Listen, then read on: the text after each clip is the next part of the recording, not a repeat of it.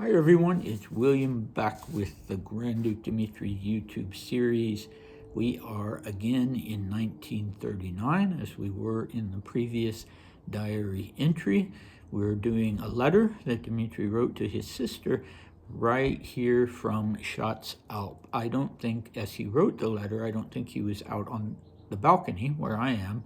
I think he was inside the room because he'd been put to bed, which was standard for someone arriving at a tuberculosis sanatorium, whether it was public or private, whether it was luxury or a charitable institution.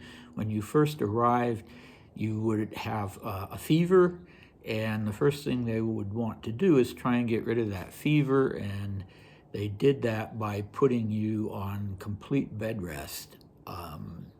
And you'd be measuring your temperature several times a day, and when it came down or just leveled out and was the same every day, then they would let you off of the complete bed rest, and that usually was about a month. I think if after a month you hadn't lost the fever, they would try some other things. They would try injections, and at any rate, they would let you out of bed.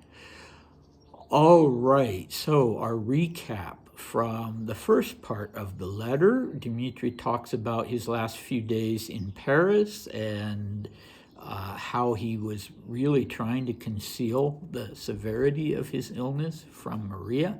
He was willing to talk to her about it. Now that he was at the sanatorium, he sent her quite a gruesome description of the kind of sputum he was bringing up. But while he was with her there in Paris and while he was with his son in the south of France, he was trying to conceal it and doing all right, except at night when he was alone in bed in the dark, and he would start thinking about his condition and the possibility that he might die soon.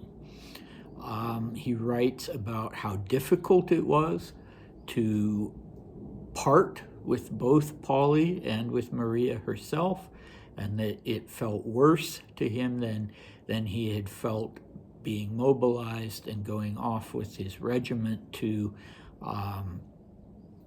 East Prussia in 1914. And the most intriguing thing, and we'll hear another reference to it in this next part of the letter, is that he describes having met with a man whom he calls a Hindu doctor on the Red Sea, which I guess he'd probably been to Egypt. Yeah, so, a common theme throughout this letter is fear of death, really, really horrific fear of death. Versus positive thought and willpower. So we will continue on with that. Now, I mentioned yesterday that Dmitri was a little bit obsessed with what people were saying about him, what his fellow emigres were saying about him back in France. And so throughout this letter, he writes in the novel, shows you where my mind is at the moment because I'm writing a novel about him. But in the letter, he on the sides of the letter, in the margins, he's writing these little they had to have been imaginary bits of dialogue, people talking about him behind his back while he's at the sanatorium. So we'll start off with one of those, and he writes, apropos of nothing, he writes, with a certain joyfulness in his voice, as if it was entirely obvious, and then in quotes, and Dmitri Pavlovich, exclamation point, he went and got himself infected with tuberculosis. Okay, he doesn't identify who this hypothetical man is when he says a certain joyfulness in his voice. He went and got, and this idea that it was Dmitri's fault. So this was common. If I've mentioned in previous videos both about Dmitri and about the Magic Mountain. I've also done videos on Thomas Mann's book, The Magic Mountain, and on Schatz Alp. This idea that if you if you got a disease, whether it was tuberculosis or cancer, it was your fault at some level. And so the sort of the seminal work on that topic is Susan Sontag's Illness and Metaphor. So a very interesting book. And in that book, she talks about tuberculosis and she talks about cancer and her experience having breast cancer, and people blame people for who had TB were blamed for being kind of weak people, kind of attenuated and passive people, whereas people who had cancer were very often judged at that time, I think she wrote it in the 60s, as being cold people, emotionally withholding people. And then they would end up having cancer. And so she suffered from that assumption that people had when she was diagnosed with cancer. All right, anyway, let's start with the body of the letter itself. Thanks very much for your dear letter. Despite the transportation challenge, it somehow reached me in only 10 days. It was open and far from pristine, but it arrived intact. After taking leave of you, I headed for the station, borne down by a frightful sense of heaviness in my soul. The general concealed his agitation very poorly. The station was empty, just the opposite of what one expected. Grunwald came to see me off. It was jarring to see the sleeping car after all the worries of the past few days about whether the train would be going or not. The moment came to board. Grunwald came up to me hurriedly and with a very red face shook my hand. The general threw himself at me, kissed me on the shoulder, and somehow managing to wave his hand, said, "My God, how can this be happening? If you need me, just write and I will come, on foot if I have to." Then the train left, and I was once again overcome by cold fear. I was leaving Paris.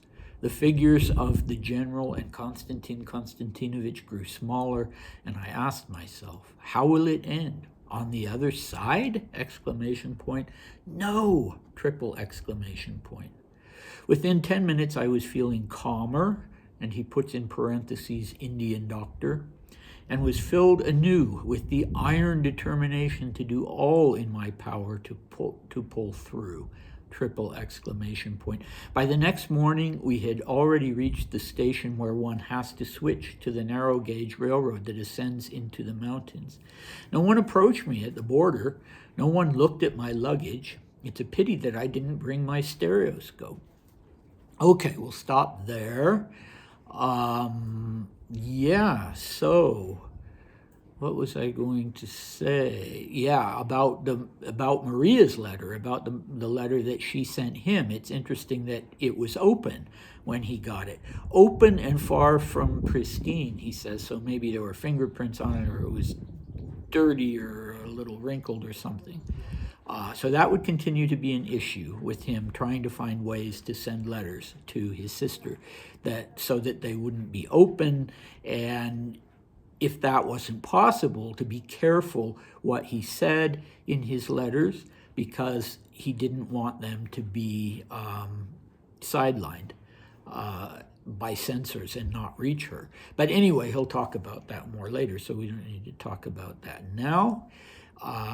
This sort of general panic that people had, or that at least Dmitri had, that the whole transportation system would be disrupted. Even though war hadn't broken out yet, it was considered to be imminent, despite what Neville Chamberlain had said in 1938 about, the Munich Agreement, and there will be peace in our time. Hitler says that there won't be any more excursions after the Sudetenland. He'll be finished, and there will be peace in our time. Well, by this point, everybody knew that wasn't true, and the invasion of Poland was expected to happen any day, and indeed did happen on September 1st. So people were anticipating, apparently, just cross-the-boards disruption in transportation. And Dmitri was expecting this. He didn't know if there would be a train that could take him. from Paris to across the border to Zurich and Davos. So he considered himself very lucky, as he'll say a little later, to have been able to get on a train before the invasion. I don't know if the invasion actually did disrupt train travel out of France for a while, but anyway, he was worried about that. And, you know, it reminds me of the panic over the COVID shutdown in 2020 because people anticipated that the shutdown was coming. I arrived in Switzerland only, I think it was 1 or 2 days before the shutdown of flights. So I could not go get a flight back to the U.S. Unless I acted immediately.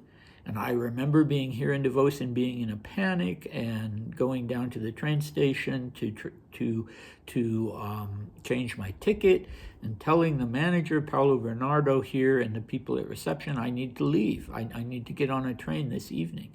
And they kind of calmed me down and said, look, this is not going to last very long, maybe a week or two, and just stay. You know, we won't charge you, just stay. That was before I actually became the historian in residence, which came out of the COVID experience, because while I was here, I ended up being here almost 3 months, and while I was here, I was able to devote my time to doing research on Shuts Out. Anyway, I'm digressing. I'm already at the 11-minute mark here, but you know, I think it's easy for me and for anyone with the COVID experience to imagine what that situation was like in September 39, when people were afraid that everything was going to be disrupted. Okay, anyway, Dmitri made it onto the train. 2 people came to see him off. One was a man whom he always referred to in quotes as the general, and this was a member of the Wrangel family who was kind of an assistant to Dmitri. Pauly remembered when I met with Pauly before his death, when I met him in the early 2000s, he died early in 2004. I remember that because my mother died in 2003, and they kind of back to back, they died. But before that, when I talked to him, he'd smiled, and when I asked him about the general, and identified him to me as, I think, Matvey Wrangel. There were lots of Wrangels. I need to look that up and make sure I have the right Wrangel. But at any rate, it was not the famous Wrangel. It was not the general Pyotr Wrangel. When you hear the general, you think, this was indeed a general. I can't remember if it was just a nickname or if this Wrangel was indeed a general. I think it was just a nickname because Dmitri always puts it in quotes. But anyway, he was there at the train station, and Konstantin Grunwald. Grunwald was an intellectual, a journalist, a writer, more a friend of Maria's than Dmitri's, I think. Dmitri sometimes got very irritated with him. At this point, he's presenting it as a touching scene, that Grunwald came and said goodbye to him, but later on he would be less patient with Grunwald kind of almost spying on Maria's behalf and calling him at Schatzalp, and you know, he was sick. He didn't want to have long conversations with this guy who kind of irritated him anyway. Anyway, that's about all I will say about Grunwald. And Dmitri, we know, you know, he wasn't a romantic person as far as love and that sort of thing, but he could be sentimental, and he also had this very sort of dramatic side and poetic side, as is abundantly clear throughout his diaries going back to 1906 and throughout his letters. And so we have this very dramatic scene. The general threw himself at me, he kissed me on the shoulder, and then sort of waving his hand, he says, my God, how can this be happening? If you need me, just write, and I will come on foot if I have to. So if the transportation is indeed disrupted and you need me, I will walk to Davos from Paris. And I wonder about this because it's such an echo of something that Dmitri wrote in 1917 to his father. One of the letters that he wrote, I think in April 1917, after the revolution. He wrote this letter to his father saying, almost word for word, if you need me, I will come. I will take third class train carriages all the way from here to Petrograd. To come, just say the word. So, maybe this is Dmitri sort of poeticizing, although I don't doubt that, that it was that the general, felt really touched at that moment. And Dmitri felt touched in this great grief of parting and said, yeah, if you need me, let me know. I will come. However I can, I will get there. Okay, and then speaking of Dmitri sort of being dramatic, he describes, looking out the window and these two figures on the platform are growing smaller and smaller, and he asks himself, how will it end on the other side? No, with the 3 exclamation points. He always loves exclamation points. He'd fit right into modern writing because, people tend to use a lot of exclamation points. I myself overuse them quite egregiously. Anyway, what interests me in this letter in particular is how strongly it parallels the state he was in 1917. In the letters he wrote from Kazvin and then his diary entries from Persia, the parallels are so strong because he was having this kind of emotional crisis.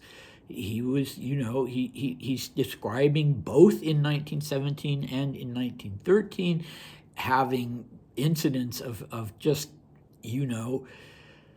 overwhelming anxiety.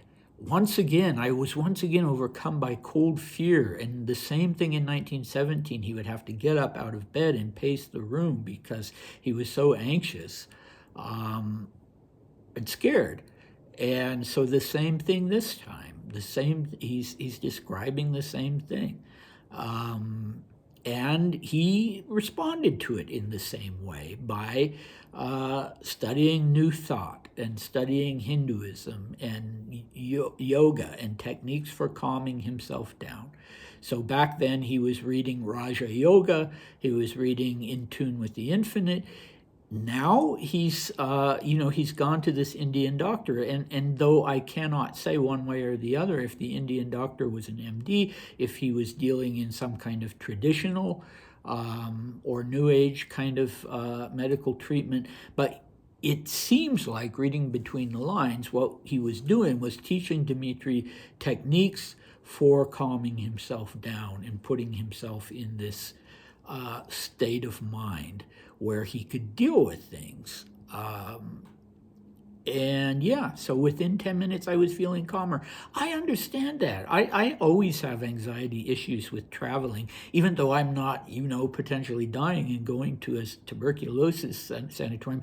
Every year I feel this, the anxiety of getting on the plane, and I don't want to do this. And then, as Dmitri says, once you're on the train or the plane and you're en route, then you calm down. I don't need an Indian doctor. That just happens naturally. But in Dmitri's case, apparently what he learned from this Hindu or Indian doctor, he uses both terms, really helped him. And of course, as I say, his anxiety was life and death, unlike mine of, are my travels going to go smoothly? Is everything going to go all right? So anyway, these interestingly, very strong parallels with 1917. So we get 2 different pictures of Dmitri in crisis. And in both instances, he kind of responds the same way. And he will, again, throughout the letter and other letters, he will use this English expression, pull through. And he's switching to English. Whenever he's really emotional, he switches to English. So all of this on the other side, no, that's written in English. And then iron determination to do all my power to pull through, that's English as well. And I don't know why he used English as his language for expressing strong emotions, but he did. Okay, so then he talks about apparently the train went all the way without any changes until without him having to change trains until he got to Landcourt, which is if you're going to Davos, um, even now that's where you change because you can take the TGV, the French joint French Swiss express train. I'm talking about now. You can take it from the Gare de Lyon in Paris. You get to Zurich in only 4 hours. It took a lot longer back then, so Dmitri has a berth, he has a sleeping carriage, and he wakes up in Landcourt. So that's interesting that he didn't have to change at the actual border. He didn't have to change trains in Zurich to go to Davos. I don't know, maybe he did and he's just not mentioning it, but he kind of says that he slept until he got to Landquart. And in Landquart, yeah, he had to change to the narrow gauge railroad. There's a brilliant description of this in The Magic Mountain, in Thomas Mann's famous book about a young man coming to Davos TB Sanatorium. And that was 1907 is when that book starts, so this was much later. So we have an instance of it in 1907. We have in Dmitri's letter a brief description of it in 1939. And then, I have the experience every year going back all the way to 1994. And you get on, I don't actually know how to pronounce it because it's got an umlaut, but it's the Rhätische Bahn, which is the narrow gauge railroad. Absolutely amazing scenery, described better by Thomas Mann than I could describe it. I don't think Dmitri was in a state of mind to be enjoying the scenery much at that moment because he was very anxious. Not only he was on the train, so that anxiety was gone, but about whether apparently he had not really given them advance notice that he was coming at Chatzau. Maybe he sent a telegram and didn't have time to wait for a response, and so he didn't even know if he was going to be admitted to Chatzau. Anyway, it's interesting that he says they didn't search me, my luggage at the border, so I wish I'd brought my stereoscope. It's a pity that I didn't bring my stereoscope. Well, my thinking has always been that a stereoscope is one of these things that you put a photograph, it's got two photographs, you put it through the viewer of the stereoscope and the two photographs are merged and you get kind of a three-dimensional effect. That's a stereoscope. That's what they were called. There's no reason why that should be taken away from him at the border. It's not a suspicious thing. So I think what he's referring to is binoculars, that he did not bring his binoculars, and he wished he had, because as you can see behind me, well, you can't really see. The mountainscape is just breathtaking, and I'm sorry that you can't see that from where I'm sitting. But binoculars are a nice thing to have. So I think that's what he meant when he says he wished that he had brought them. What do we have next time? We have a fascinating description of what it was like for him to arrive on the same day of the German invasion of Poland. So I hope you'll come back for that. And if you do, I'll see you then. Bye.